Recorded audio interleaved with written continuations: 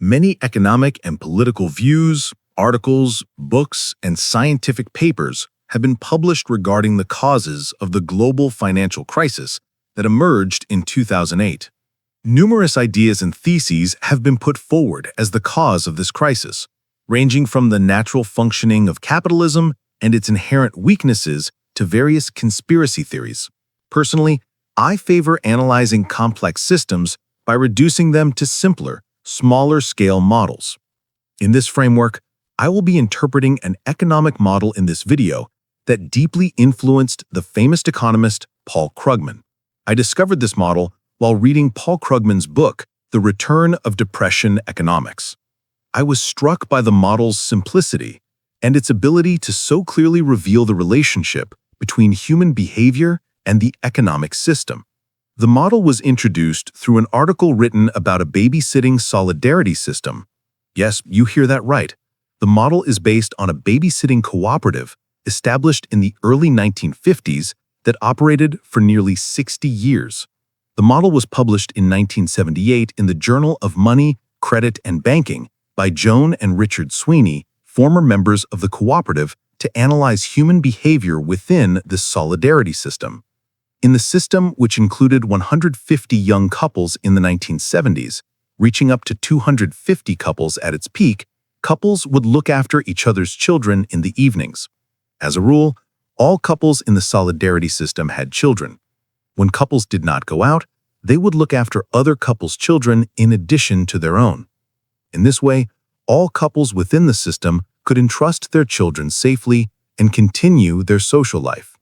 The Capitol Hill Babysitting Co-op had well-defined basic rules for the system to operate fairly.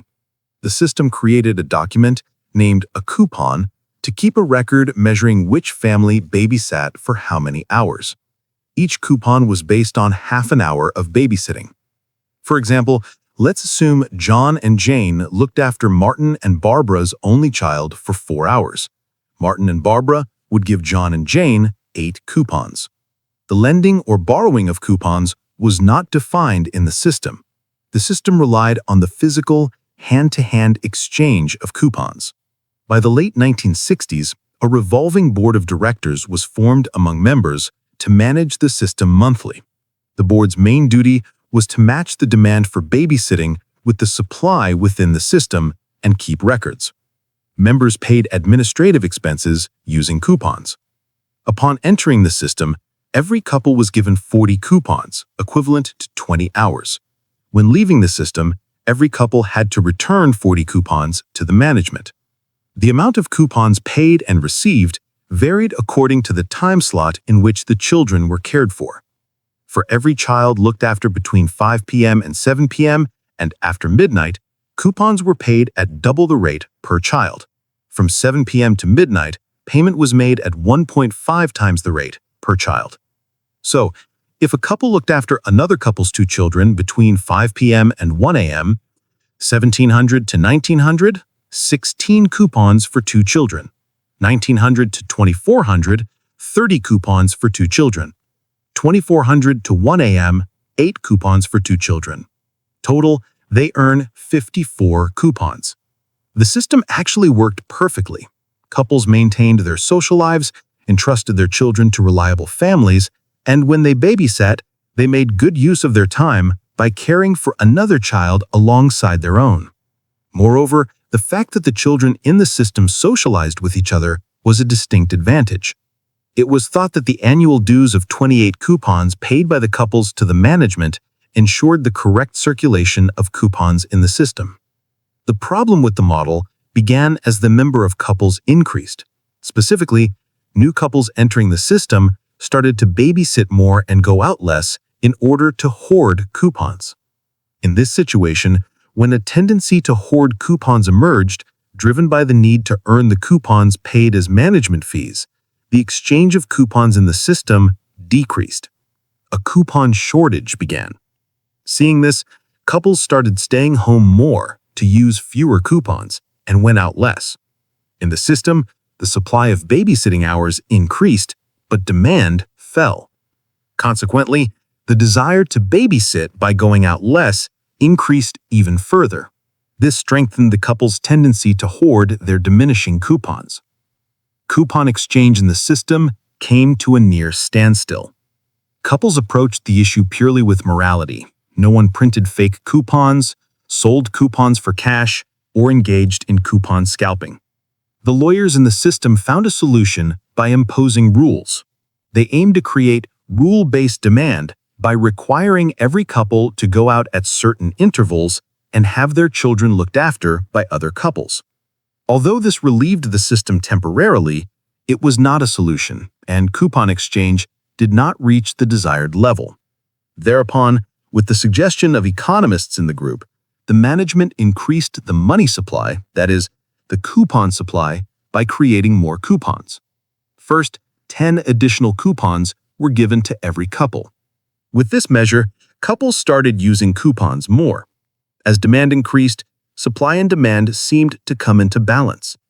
However, after a certain point, the number of hours couples wanting to go out were ready to buy, demand, and the number of hours couples ready to babysit wanting to allocate, supply, began to mismatch. Couples with coupons now struggled to leave their children with other couples. Since everyone had enough coupons, everyone tried to purchase services in exchange for their coupons. The system began to clog up again, this time on the supply side. The management then introduced another rule. It gave 60 coupons to new couples entering the system and set a rule to return 40 coupons upon departure. Problems in the system began to decrease a bit more.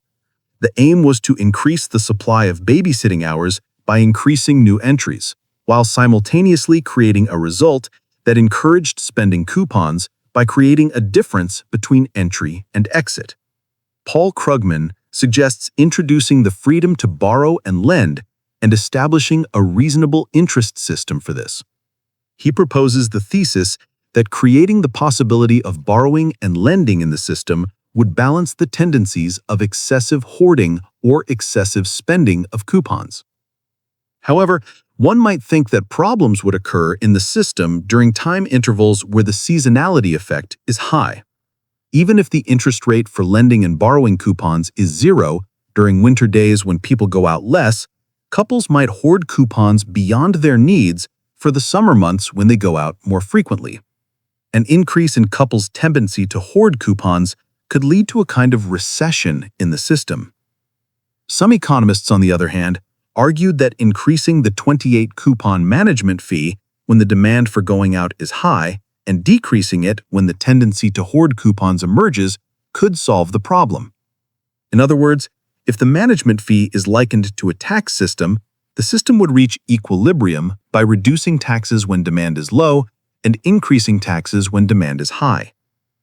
Another perspective is regarding allowing the price of coupons to be determined freely between couples at a floating price, not fixed.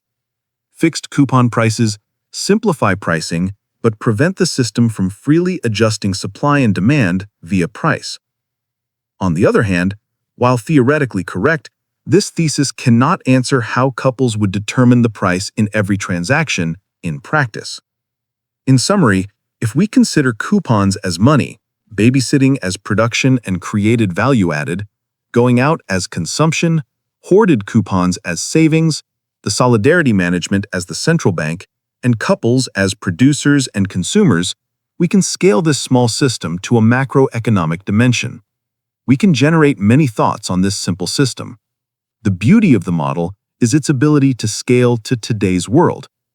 Consequently, in a globalizing world, concepts such as production, consumption, and savings are consolidated within a closed-circuit system like the one mentioned. This model, which was not well known for 20 years until it was discovered by Paul Krugman in 1997, attracted much attention after its discovery. Studies involving highly complex mathematical models were conducted on it. I even remember one review resembling a small algebra book. Economists had different interpretations of this model.